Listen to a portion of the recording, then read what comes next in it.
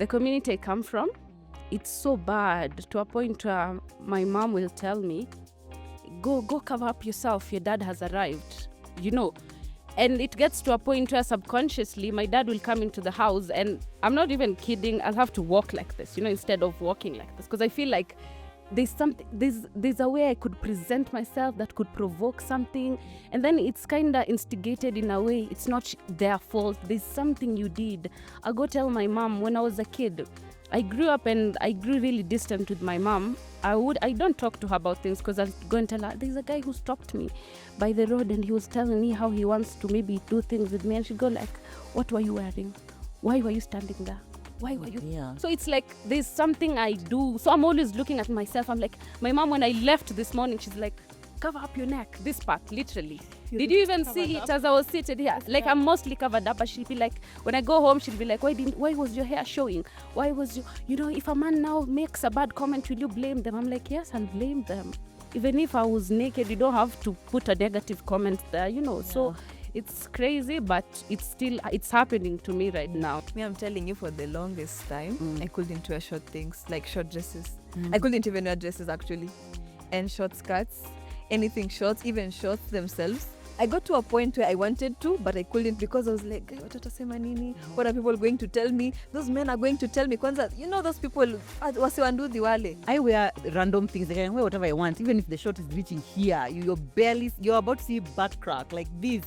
I will wear it, because for me, I just feel like as long as me, I'm comfortable, as well, me, I'm okay, I'm gonna wear it regardless.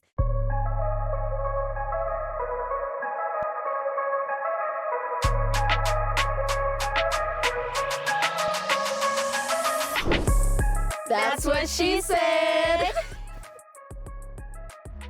Hello, ladies and gentlemen, boys and girls, everyone who has tuned into this episode of That's What She Said vodcast. Welcome to this episode and welcome to a brand new season. If you watched the last season, then you know some of the things that we have in store: riveting conversations, empowering conversations, giving young women a platform where we can come and discuss issues that are relevant to all of us, really. I really love it here because we are able to speak to so many different women and get a few different experiences and be able to learn from what other people have gone through. What do you have in store for you this season? Conversations about women's health, about breaking the silence, about sex, about periods, about motherhood, about so many of the things that all of us really go through and struggle with, and we just need to come together and just talk about them, because sometimes, honestly, what do they say? A problem shared is a problem halved, right? So us having these conversations is just the tip of the iceberg, but we're really looking forward to hearing you about what you would have to say about all these conversations, engaging with us on our podcast platforms,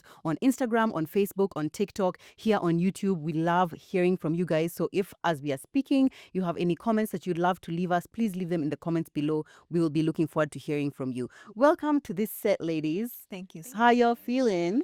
Amazing. I'm excited. Really? Yeah. Did I even say my name? Guys, my name is Murugi Muni. I'm a content creator. I'm a podcaster. I'm an entrepreneur. I am a woman. I am a mother. I am a wife. And I am just a person. I'm just a person also who just exists. And I'm a creative as well. And today we'll be having a really amazing conversation about women and health to just set the scene for this season, really, and just see what are some of the things generally are we going through as women. Before, in the other episodes, of course, now we'll be delving deeper into certain and specific topics. Let me allow you guys to introduce yourself. Hello, TWSS community. My name is Onyango Nicole, and I am feeling kind of funny because, like, when Murugi introduced herself with all those titles, I was like, I'm just a girl, I'm just a girl. And guess what? Me too. But anyway, I am Onyango Nicole. I am a girl, woman, you might say, and I'm also a student. But all in all, I'm just a woman, to be honest. And I am so happy to be here, and I'm so happy to be taking part in this discussion because I have a lot of things to say, and I believe my co-hosts Do as well. Yeah. Thank you. So do you prefer to be called Onyango or Nicole? No, Nicole is fine. Right. Okay, But like fine. I'm transgressing into that part where I'm about to like brand myself as a Diambo. But we are headed there. We are I headed. love it. I love it. Go ahead. My name is Saada Ali, a linguistic alchemist, a spoken word priestess, and above all, I am a woman. I'm shaking. This is a linguistic alchemist. I know how to play with languages, so I'm a poet, in other words. I'm very honored to be here. And Murugi, you have a beautiful voice and your essence is just so nice to be around. You, I appreciate that. Nicole, you're looking gorgeous, and I know you ladies can feel the fire you brought today. If words of affirmation is our love language, today we are eating good. Ladies and sons of ladies, today we are not just only in a room, we are in an altar. We've come back to the thrones that always remembers our name and always knew it. And today we are here to spark conversations with the aim that we will spark the interest of unity, of recognition that the women are the bearers and nurturers of life and give them respect as they should be. Yep, excited for this. Hey, wow. Yeah, and I'm feeling naughty Murugi. Lord, we could chokora. Like I'm not even like exaggerating, but we are here for a revolution. Just watch, you'll find Right? out. That is amazing. Jeez, you know, anyone can decide to be anything that they want to be. And I love that. I salute that girl. Yeah. I feel intimidated. I have to speak on mine. I'm also a poet. Come on. I'm also a public speaker. So Oh, really? yeah. Well, yeah, I mean, we are speaking publicly here. So, Yeah. say, yeah, definitely being a public speaker. Being a woman is a political statement in itself. Do you guys feel that as well? Do you feel like every decision you make is like, what am I saying about myself by dressing this way, by, having this hair or whatever? Do you feel that way as well? Me, I'm telling you, for the longest time, I couldn't wear short things, like short dresses. Mm. I couldn't even wear dresses actually, and short skirts, anything shorts, even shorts themselves. So I got to a point where I wanted to, but I couldn't because I was like, "Guy, watatasema nini? What are people going to tell me? Those men are going to tell me. Kwanza, those people, wasiwanduthi wale. They are going to like call me out and tell me, something I don't want to hear." So I got to a point and I really wanted to like get into that zone of wearing short things. And my mom just told me, provided you're good with it, you just do it.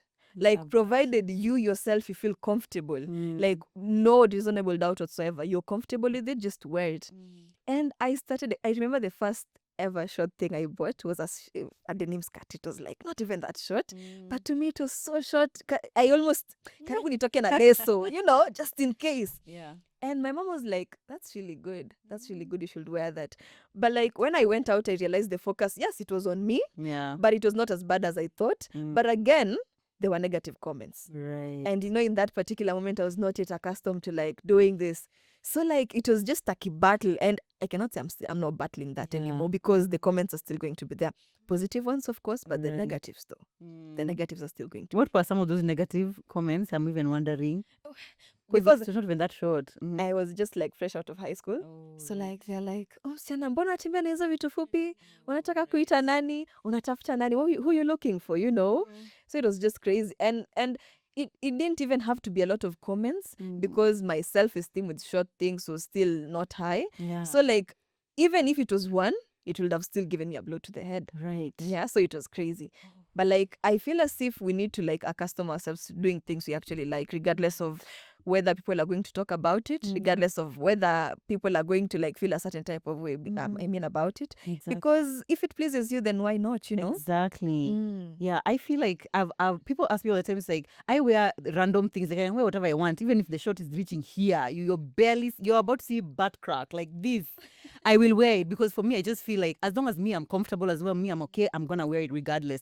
And I don't know if it's something that I was born with or if it's that my mom instilled in me, but I just always remember having been that way. I always remember just feeling like I can do what I want. If you can choose to wear that, me, I can choose to wear whatever I want. I don't know if it's that my mom, because she had 4 daughters, had always thought, okay, let me empower them, or if it's just that I was born that way. But I can always just remember having been that confident, Is that something that you have, would you say? Yeah, mine is actually the opposite, and I love that for you. And I think more people should embrace that, especially parents. But me, I come from totally the opposite side of it all. When even you're saying it, I was having goosebumps because the community I come from, it's so bad to a point where my mom will tell me, go cover up yourself. Your dad has arrived, And it gets to a point where subconsciously my dad will come into the house and I'm not even kidding. I'll have to walk like this, instead of walking like this. Because I feel like there's a way I could present myself that could provoke something. And then it's kind of instigated in a way. It's not their fault. There's something you did. I'll go tell my mom when I was a kid.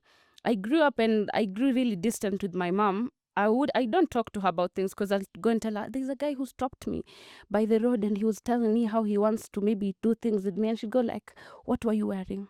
Why were you standing there? Why were you? Yeah. So it's like there's something I do. So I'm always looking at myself. I'm like, my mom, when I left this morning, she's like, cover up your neck, this part, literally. Did you even see it as I was seated here? Like, I'm mostly covered up, but she'll be like, when I go home, she'll be like, why was your hair showing? Why was if a man now makes a bad comment, will you blame them? I'm like, yes, I'll blame them. Even if I was naked, you don't have to put a negative comment there, So it's crazy, but it's happening to me right now. I'm like, oh, so unaona, you're supposed to cover up to here. So I have a case to answer. Oh my gosh. That's So pray for really me, pray that's for me. really really heavy. Sometimes when you're living in a certain, maybe it's like a bubble that we live in, or because you're raised a certain way, you can't imagine that other people are going through something completely different. And I mean, I don't know. I feel like that. Would you say that's a cultural thing? Is it a religious thing? Is it to do with your faith and religion? It's actually a mixture of both, and that makes it even more complicated and sickening. Because religion says you're not even, a woman is not supposed to be seen, even only your palm and your face, and you're even motivated to wear, the niqab thing where only your eyes are, Yeah. and there are ones where they even cover your eyes, but it's like transparent, so you're seeing, but nobody's seeing your eyes. It's too much. It's too bad. It's exhausting, And I personally experienced something where somebody really close, a family member, tried to assault me. And when my mom asked me, like, how I was sleeping on my stomach. So my mom was like, why was your ass up? I was sleeping. I didn't even know it was up. Like, God. And I was 9 years old. So I'm like, damn, even sleeping. And you find that I'm still in the same house. So I even see myself right now, like the person would enter where I'm at and I'll just snap my body. Especially if I'm lying on the stomach, that's a comfortable position for me. I'll snap. Even when I'm sleeping, even my subconscious mind knows it. And it's crazy. And at the end of the day, it was my mistake how you presented yourself like this. Like, how do I like, please, I don't want crazy things happening to me. So please, how do we present ourselves? Let us know, because yeah. I feel like with your religion specifically, obviously there is like that whole emphasis on like covering yourself, covering up. But I would say even across religions, because even with Christianity, we do have elements where like women there's that whole purity culture of like, there's a lot of victim blaming. What were you doing? What were you wearing? Were you wearing something short or something like that? And sometimes it makes me feel like as women, you really can't get it 100% right. Do you know what I mean? It's like regardless of your religion, regardless of if you are a confident woman, it will ruffle some feathers.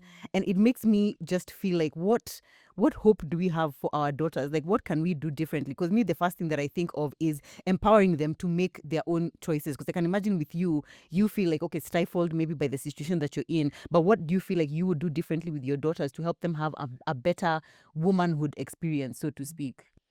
Personally, for me, I'd want to empower my daughters. First, I pray that I don't have daughters some days because of how this world is.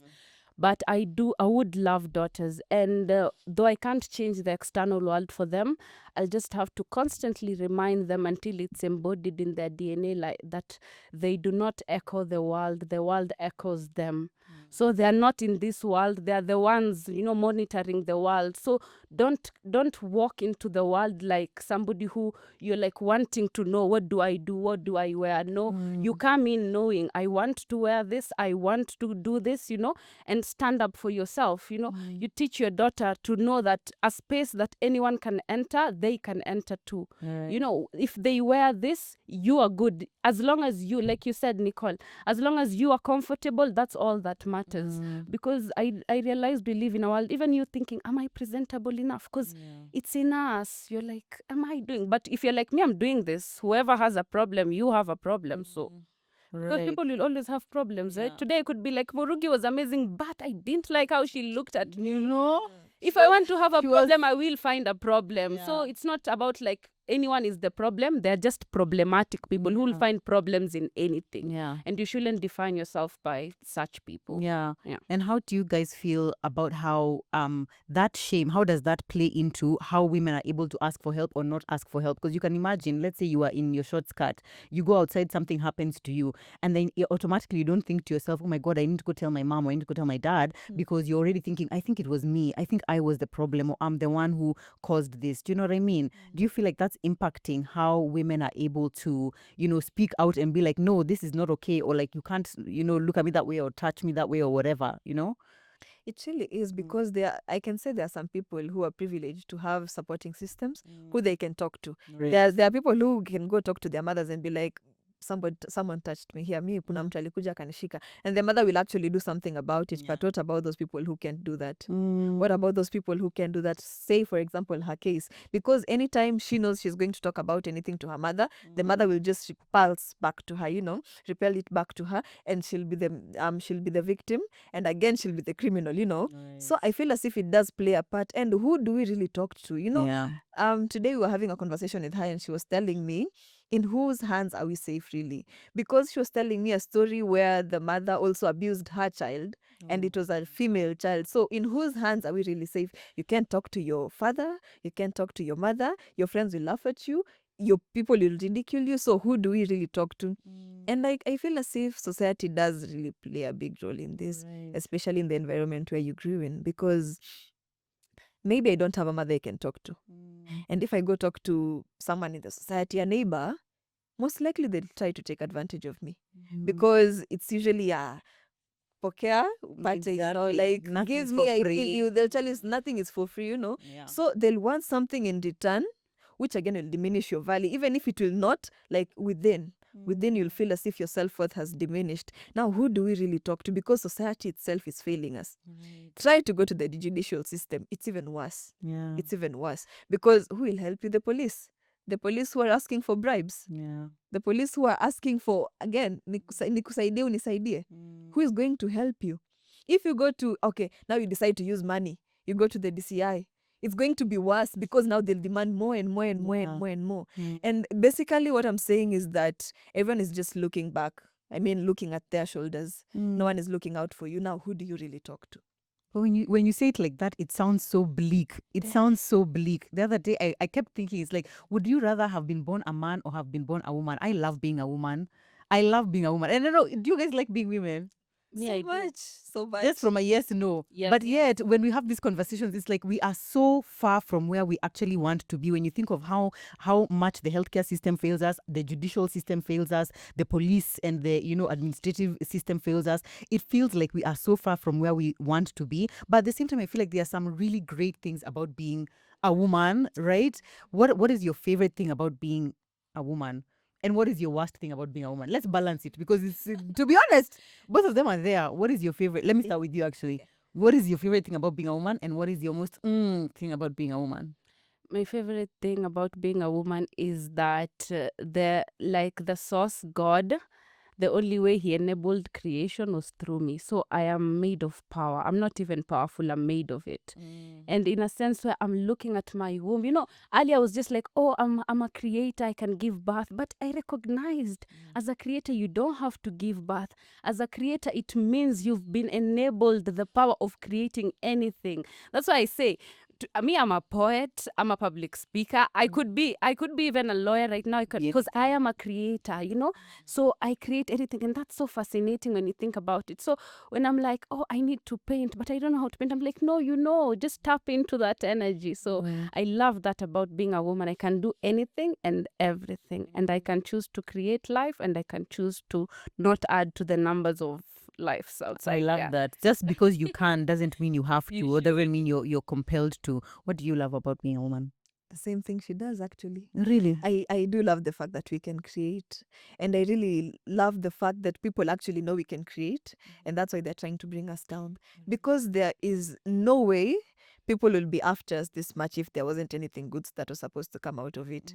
You can't be, a man will be there saying, hey, this chile is really beautiful, But like, again, the same man will be bashing some woman somewhere. And that woman she's bashing out there is still some source of power, some source of love to another man. Right. But now you see, it's like different realities for everyone else, because me, I'm a creator for someone out there. I'm a creator for myself. I'm a creator to something new. But for someone else, I'm really not what he is looking for. But that person will try to bash me for being this way, yet I am like, whatever she says, source. I am the source. We are all sources as women. Yeah. And I really like the aspect of being a creator, because there is no way they will bash something bad, you know. Really? They're really coming at us, to be honest. Okay, Yes. those answers sound so deep. I never thought about myself as like, okay, I'm a creator, although really I am. Sometimes I feel like I wish we had the power to create life without the involvement of a man. I know that.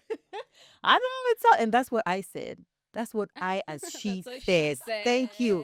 Thank you. Because sometimes I'm just like, okay, it kind of sucks that we have to do it together. I mean, I guess that's how God intended it to be. But sometimes it just feels, I don't know, it requires that coming together of the two genders for it to happen. I would say the thing I love most about being a woman is just the little cute things that make womanhood. You know, those things of just like giggling with your girls, or like putting on makeup, putting on jewelry. Like, honestly, being a man just seems really boring. It just seems like it sucks. And all the men in the room, you can't see it as the audience, but they're all agreeing. Really. They're all agreeing. They just wake up, wamechukua the first t-shirt that's at the top, the first jeans, easy viatu, sasa hizi in a match. It's like, I don't know. I just love like womanhood. It just feels really, really nice. Don't you guys think? Hata vile umefikiria kuweka hii kakitu hapa. I mean, a man, I never thought about that. Do you know what I mean? I think I really love that. What do you dislike about being a woman? The same, but in a different perspective. The world recognized our power and they decided to shadow it with the opposite. So they flipped everything. So the creators are looking like the problems to the creation. Like, it's like we're bothering them. And we're the ones who brought you. Like, what's the problem, honestly? It baffles me in my head. And it's so sad that we exist in a time, and we've been existing in times where women, what you love, it's been even weird for them to experience such things. A woman would do makeup. You're like, oh, why have you done so much makeup? Are you trying to get attention? No, she just loves so much makeup. You know, so it's my sad part is your happy part, but they flipped it. Like, we're not able to enjoy. A woman can't dress in a cute outfit and go out with her girls without getting harassed by even one man. And let me tell you, it's not about the dressing. Me, I dress fully. And there'll just be a man who'll be like, you know, they'll have something to say, and it's really sad. Yeah. Yeah, that's upsetting. You? Yeah. Actually, I think I have two. I've been trying to like think about it, and I hate most, but like I think I just say them, all of them. Go ahead, girl. Number one, it's the pain. The way everything is just pain, man. Everything is just pain. You start your periods, it's just pain. You go on with your periods, it's just pain. The cramping, it's just pain. You decide you're going to have sex, it's pain. You decide you're going to give birth, it's pain. And everything just seems to be painful. And I do not understand why. Hata kushuka nywele. Hata kushuka nywele ni uchungu. Pierce your ears. Uchungu. It's even painful listening to this. Things. Gosh. Yeah. Yeah. But like, I fail to understand that, because like men suffer a different pain from us. It's not like physical. And I know that. But like, You know, actually, what pain do men go through? Maybe nini, circumcision. Yeah, maybe. No, the pain of wondering which woman they're gonna mess next. Oh my God. That's mental. You see, that's mental. Yeah, Like physical, it's circumcision is really crazy, is what I hear. But like this pain, Literally, it's like when they're born. So it's like, Yeah. do they even remember? Does that anyone pain even- is just crazy. Yeah. You know? But like apart from that is the misunderstanding, the one you're talking about. The way everything is misunderstood, the way you can never be right as a woman, regardless of whatever you want to do. And even if you were right to, if I was right to you, I wouldn't be right to her. Right. If I was right to her, I wouldn't be right to him. You know? Mm. Like it's just misunderstanding every single time. And there was a day, the other time when you were talking about the way you could say something so innocent and someone will just take it out of context. Right. And you, in your mind, that's not what you're even thinking about. It's just crazy how people misunderstand us. And I feel as if men don't get the other side of the rope. Like it's always us get Yeah. misunderstood. Even if it's a man, you know, men stand for each other. And like the men will just come and like defend him. So it won't be wrong again. But us though, no one will nani atatusaidia? Who will help us though, you know? Yeah, and then I feel like there are also tiers. It's like if you're a white man, you're already like here in the toppest tier. Now once you start changing, now it's like a woman, you've already gone here. Now you're a black woman, you're here. You're a black African woman, you're here. And already it's like people put you in this box of like how they expect you to be, how they expect you to act.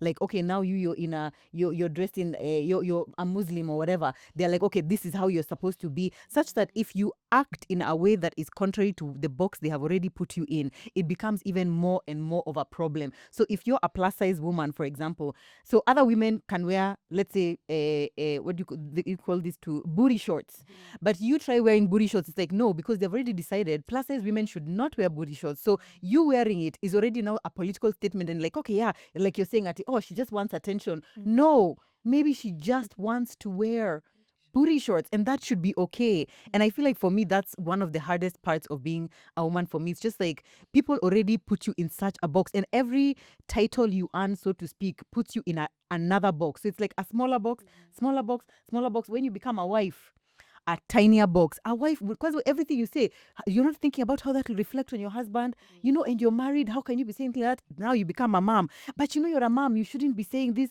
You shouldn't be acting like this. You shouldn't be wearing that. How can you, whatever? And I feel like it's just all a social construct to minimize what a woman is or what a woman can be.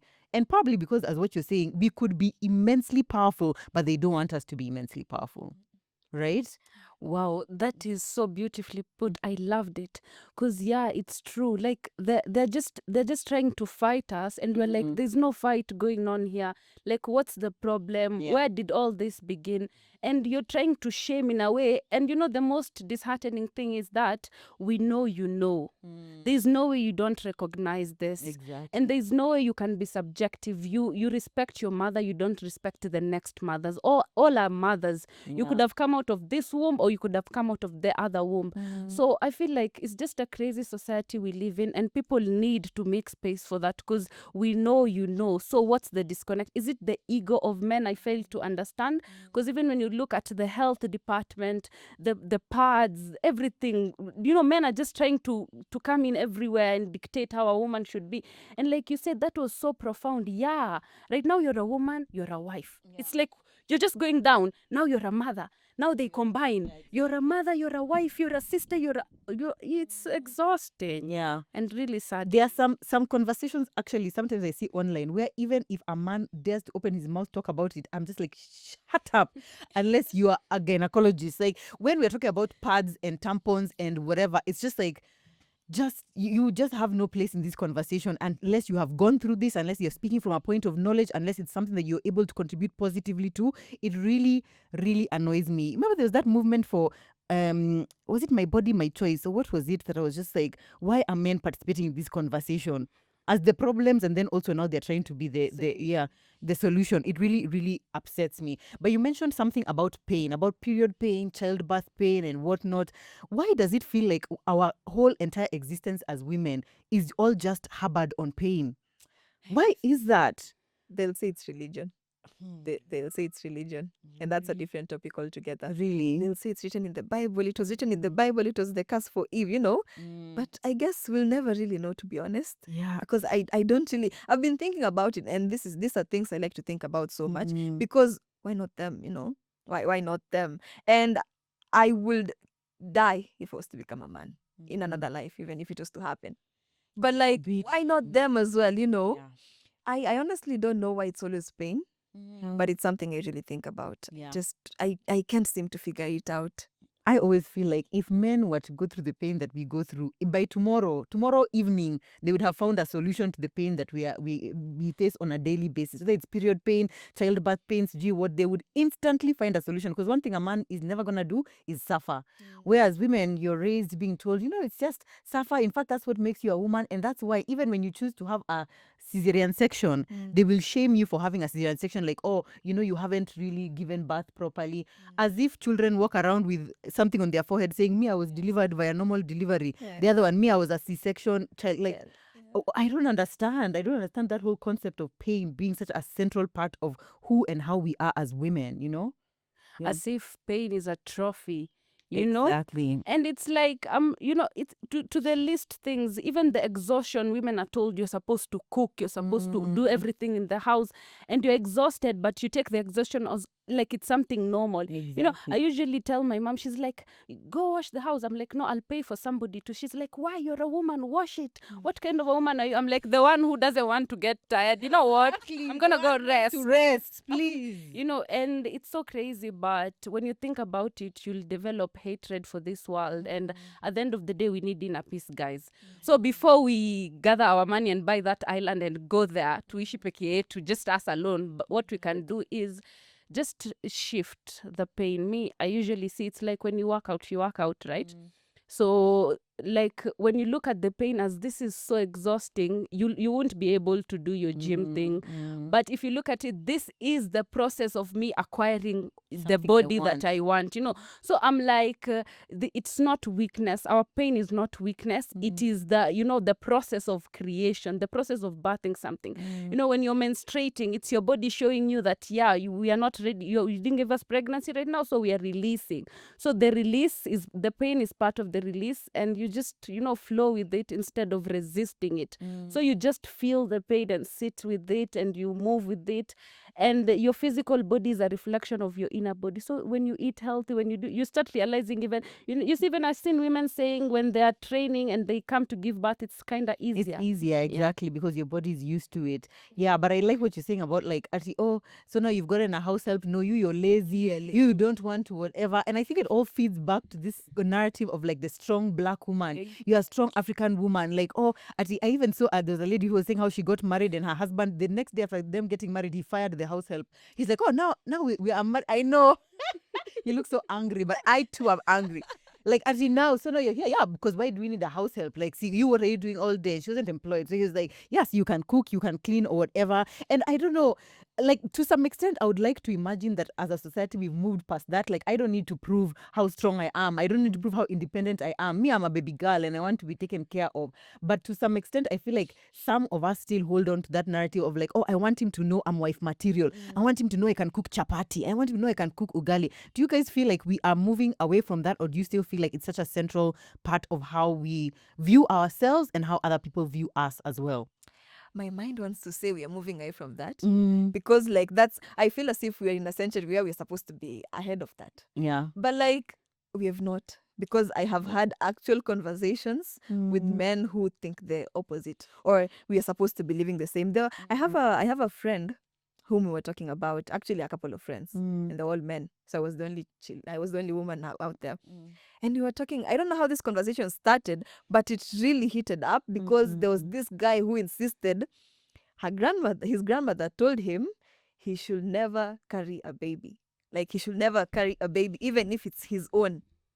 Like even if they're out with the wife is the one supposed to be carrying the baby.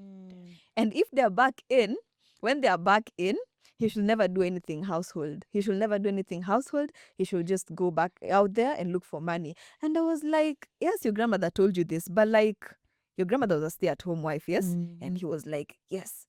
And your grandfather went to work, yes? Yes. So in this generation, who do you expect to marry and like that woman be a stay-at-home wife? And he was like, I don't know, atenda tu kazi, she'll go to work, look for money, bring us money. But then akifika home, when she gets home, she's also supposed to help. And I was like, suppose that woman is also doing a hands-on job, which requires physical and manual labor. Are you expecting that woman to still help you, like, do this? And he was like, me, even if you argue with me, I'm not hiring a house help. And I was so annoyed. I couldn't even take this. I really couldn't take it for that the woman that he's going to marry, because I'm and if you think that he was wrong, and if you think that the others will like not second it, others were like, yeah, that makes sense. I mean, see, you just do the work. Kwani Nicole, you want to be lazy? You want to be lazy. Why do you want to be lazy? Why do you not want to wash? What do you need a washing machine for? Why do you need your kids to help you? You just do it. And I was so angry. Imagine I couldn't even talk after that because I didn't even know what to tell them. Because the only person who was like for the idea of hiring a house help was only one out of like 4 guys. And I'm the fifth person. I'm the 6th person over there. So it was really crazy. So I want to say that we have moved from that. But like if you go and talk to people on ground and these people be men, and you actually ask them about how they feel, they have not moved past it. Most of them have not. That's really Most sad. of them have not. That's really sad. So they're expecting you to be a strong black woman. Yes. Are you a strong black woman? I'm not. Independent, strong. And I am sorry to my ancestors, my whole bloodline. Once I was, from our place, you know what goes on. My dad, even if we go like, could you help me, money? I wanna call a house help. He'll go like, Sisada is there, like. And it's like my mom, when we're eating, the boys can't even remove their plates. They'll walk away and it's something normal, No. and it's still going on right now. And it'll be like, mbona mtoto wa kiume amke atoe vitu, we si utoe, we mtoto wa msichana uko hapa, kazi yako ni nini? Hivyo ndo anasema kazi yako ni nini? And I'm like, mi sina kazi ya kufanya. It's crazy and it's so much. People do it often until sisi wenyewe you have imprinted it. And even when you call that house help, you feel some sort of guilt. Like, should I be the one doing it? And me, initially, I used to be like that. I'd enter a house, and if there's a man who enters the kitchen, I'll run. Don't. Let me cook. Right now, I don't want a man who can't cook. No, I've changed. I swear I've changed, Rugi. I've changed. And I'm telling everyone too, I swear, you tell the men, you want a woman that can cook, I want a man that can cook.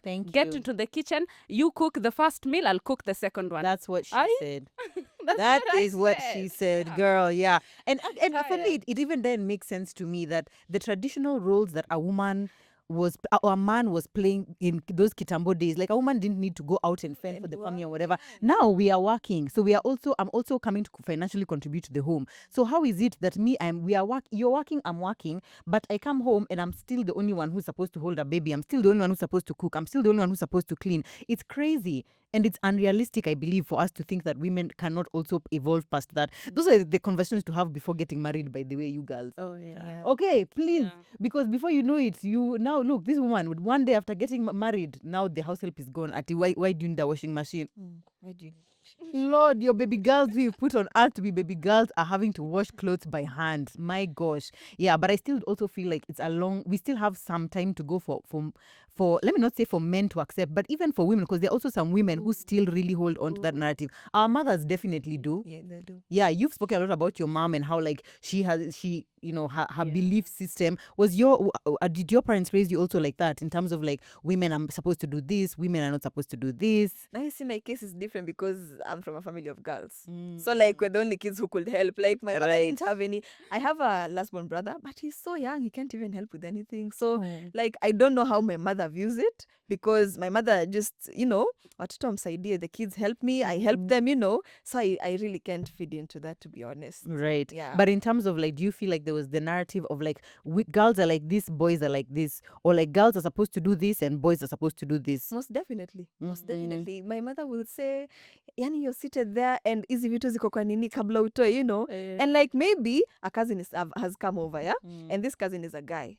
And he stayed over for like quite some time. So sasa si mgeni. But si mgeni anymore, And this Jama is just seated there and we're watching TV together. And this Jama just wants me to do it. Right. And it can actually turn into a fight. You know those kid fights? The one you say, no, you remove. And I say, no, you remove. No, you remove. And that Jama will not. And then my mom comes, she'll say, you take them back to the kitchen.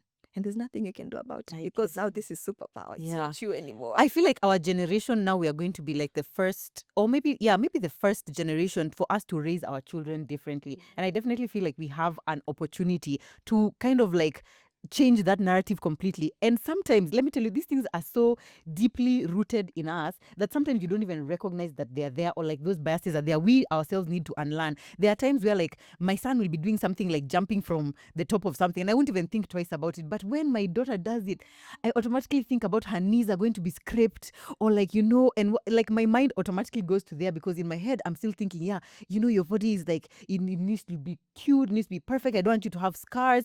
And sometimes I actually have to remind myself and be like, why is it different for your son and for your daughter? If he was jumping happily, let her also jump happily, because why should they be different?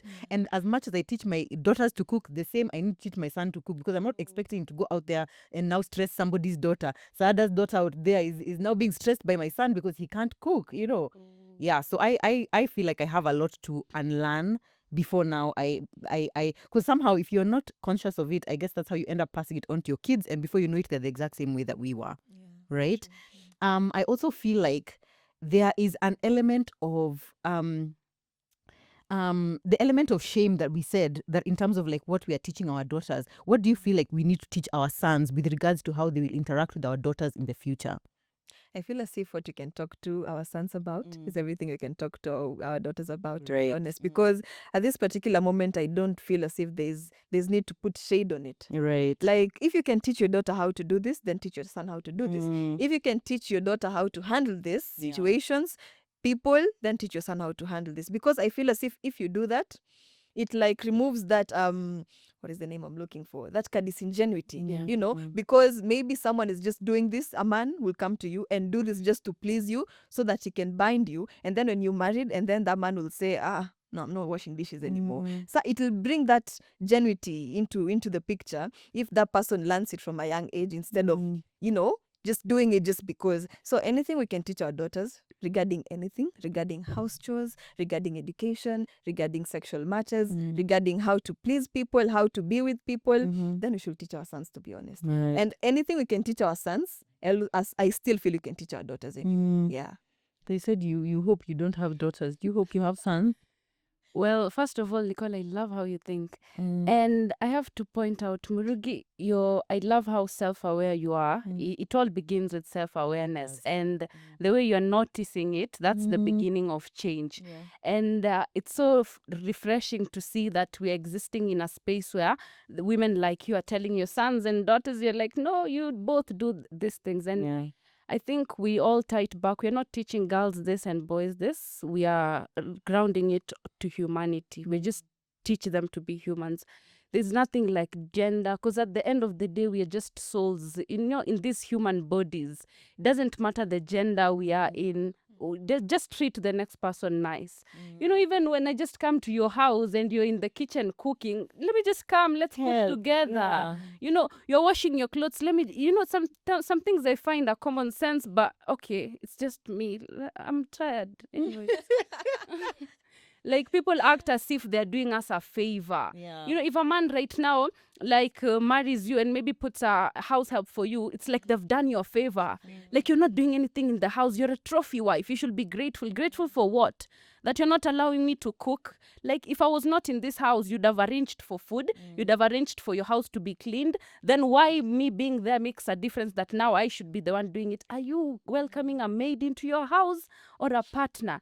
And if it's that, then go pay your maid more and sleep with her. I don't know. Like, or God. Yeah, Mazi, you make frustrate. But I feel you. I feel you. Angry. The other day there was a comment. Yeah, you know. No, actually, don't come down, because you see the frustration you're feeling. It's like, imagine you're now representing thousands of women out there who feel the same, who are watching, and they're like, exactly, I feel that way. I've gone through that. The other day there was a controversial comment made by one of our CSs when she was talking about how femicide has been prevalent because of the lack of financial empowerment of women. And she was saying that it's because you people are going to look for money and whatever. So if the women had money, then there would not be this many cases, because they would not be in Airbnbs doing X and Y and Z. What are your thoughts on that? I wonder, because I was like in between, but I want to hear what you guys have to say first. When I saw that, I was really angry, to be honest. I thought to myself, this woman, does she not have daughters of her own? And does she not have relatives of her own? And why is a woman like this, like, wanting to be appointed for CS, especially for gender, what was it, gender something? Yeah, you know, it was really a controversial topic to me, because she spoke as if she did not have something to, like, actually bring to the table. She just spoke just to please the men who are in front of her, just so that she can be appointed as CS. Because that is not the way a 40, 50 something year old is supposed to be talking about, especially women. Do you feel like there was any truth to what she said, that women lacking financial empowerment in some ways contributes to violence against women? It could be her truth, but it does not what is the word I'm looking for? I'm losing words nowadays. It does not guarantee for a woman to be killed. That's true. It does not guarantee for a woman to be killed. What did you think about what she said? First of all, let me run a point back. The thing you said about raising your son to be the right man. I loved how there is Malaika. She posted her son and she's like, dear world, don't worry. Something along those lines. I'm raising a child your daughter can run to, not run away from. I love that. Beautiful. I love that. Yeah. Malika, if you're seeing this, I loved that. So the financial aspect, I think it does. And I'm going to speak from a personal experience. There's a time I was so stranded in a way I couldn't even fathom the next step. And that made me to make decisions that right now I look and I was like, if I really even had food to eat that day, I would have sat and thought and knew that that was a bad decision. But I was hungry. I was desperate. I don't have the money to even go buy a 10-shilling sweet. And I'm like, damn, what do I do? So I latch on to anyone. Even if you're just giving me empty promises, come, I'll give you food. I'll follow you. And I'll go and things will happen. And then I'm like, damn, how did it all begin? I didn't have money for food, you know? And I got myself into situations I wish I could take back and I can't. But then, yeah, it was because I did have money. I was there. I have my feline companions. They're just crying. They're hungry. I'm hungry. I don't have electricity. The landlord is knocking. I don't know what to do. I've tried. And then somebody calls me, hi, why are you crying? Come. Let me help you. Let me help you. I'll follow. Somebody's like, I'm giving you deserve nice food. They'll put food. And for the sake of the food, I will do things that per se, if I did eat, I wouldn't have gone to certain places. So you see, it's really deep. And women, like, even there's another girl, I forgot her name, I'm really sorry, but she's from Huruma, and she was saying a lot of girls, they'll get pregnant over fries. They'll get pregnant over a soda because somebody doesn't know the taste of Coca-Cola. What's that? They don't have the money to buy the Coca-Cola. So money is a demon, first of all. Whoever came up with money, find me. Yeah, you know, I need to fight you.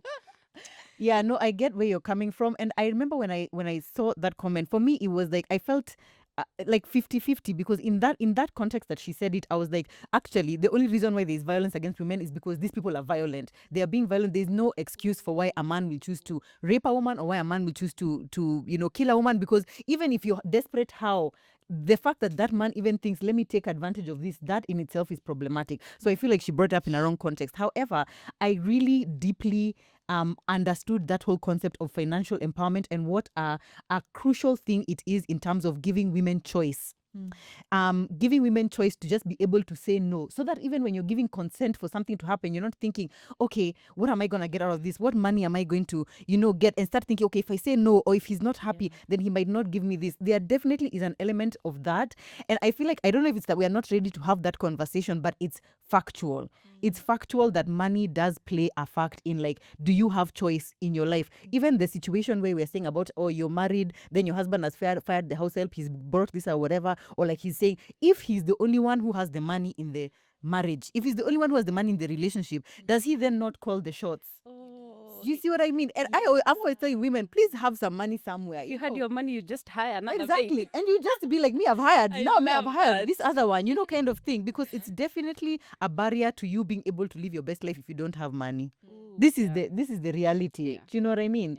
Yeah. And I wish the world wasn't that way, but it is what it is. True. And it's like men take it to their advantage, because you see, me, I come from a crazy place where, like, I don't know if my father is super stingy or what, I don't understand it, but he'd say something like, why do you always want money for pads? Listen to that, how crazy that statement is. And he'd go like, go find one of my shirts up there and use one of them.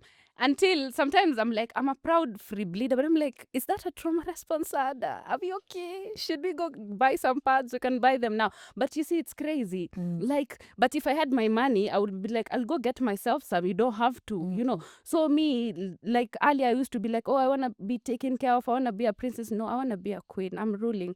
If you want to come to my house, come. I'll take care of you. Don't stress me. But you're not the one calling the shots. I don't want to be in a position where somebody has, like, something above me, especially money. People do take advantage. But I love what you said. That doesn't equate to you being violent towards a woman. You're just a violent person. Exactly. Because there are people who help and they don't do violent things. So why are you doing it the way you do it? Definitely, yeah. I absolutely agree. What you said about being a free bleeder. Girl, I feel like after this we need to have a conversation about that, because I've heard about that, but I've never actually met one in person. It's really amazing. You're gonna love it. If your crumbs are 98%, they'll go to 20, if not 10. I promise you. You just have to trust. It's crazy because your mind can't comprehend because that's all you've known since you were young. But if you just dare to do it, you love it. You will never look at pad or a tampon again and be like, I want that. You won't. You'll actually feel like starting a campaign. Me, I feel like everyone I meet, I'm like, please, can you just try free bleeding for just But one? So you don't go. So wait. So where? How do you?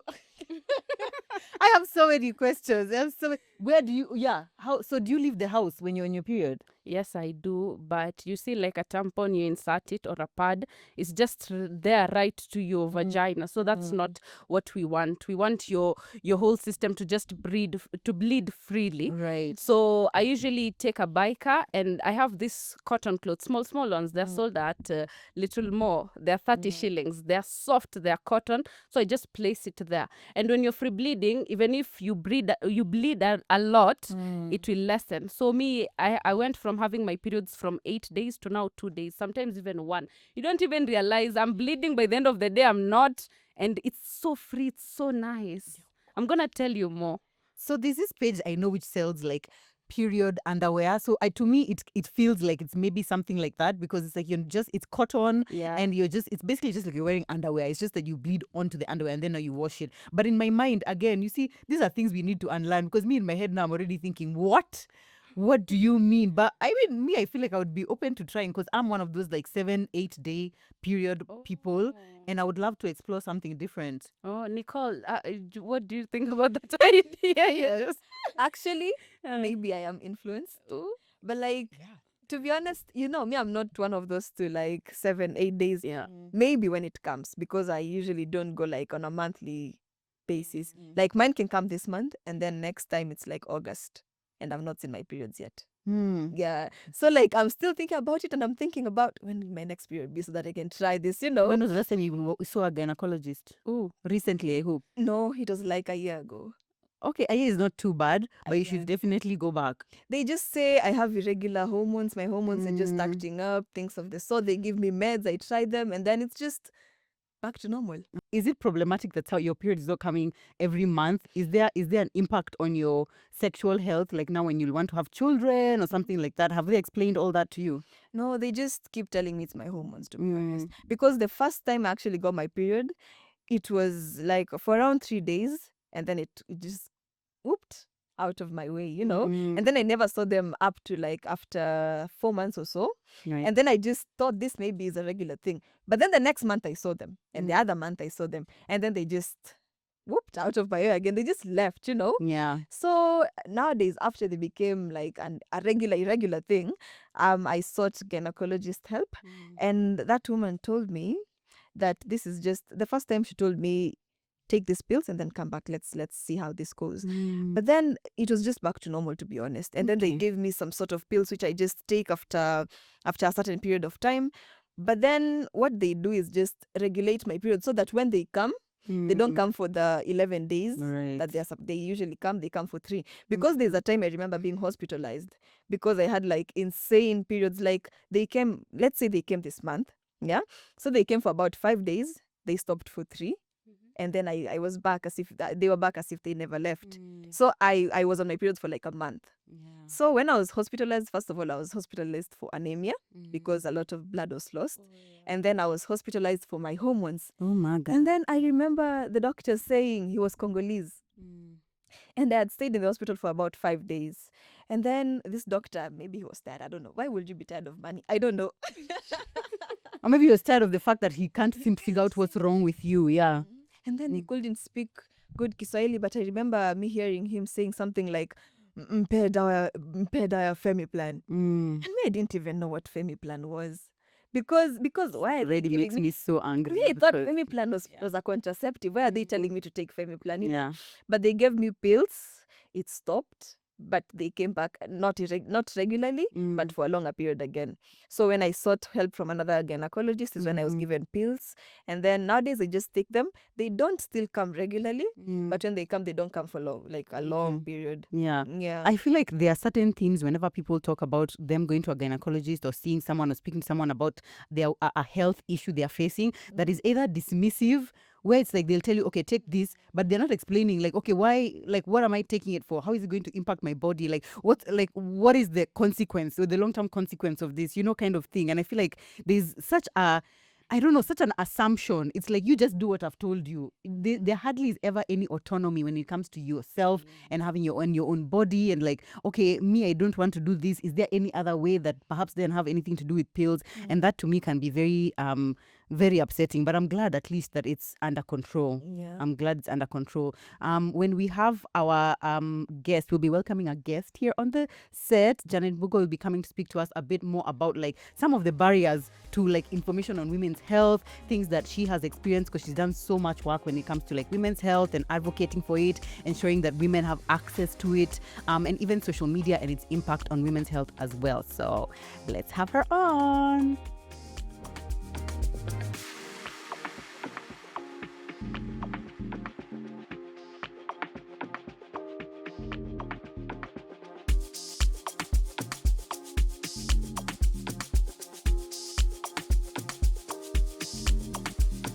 That's what she said.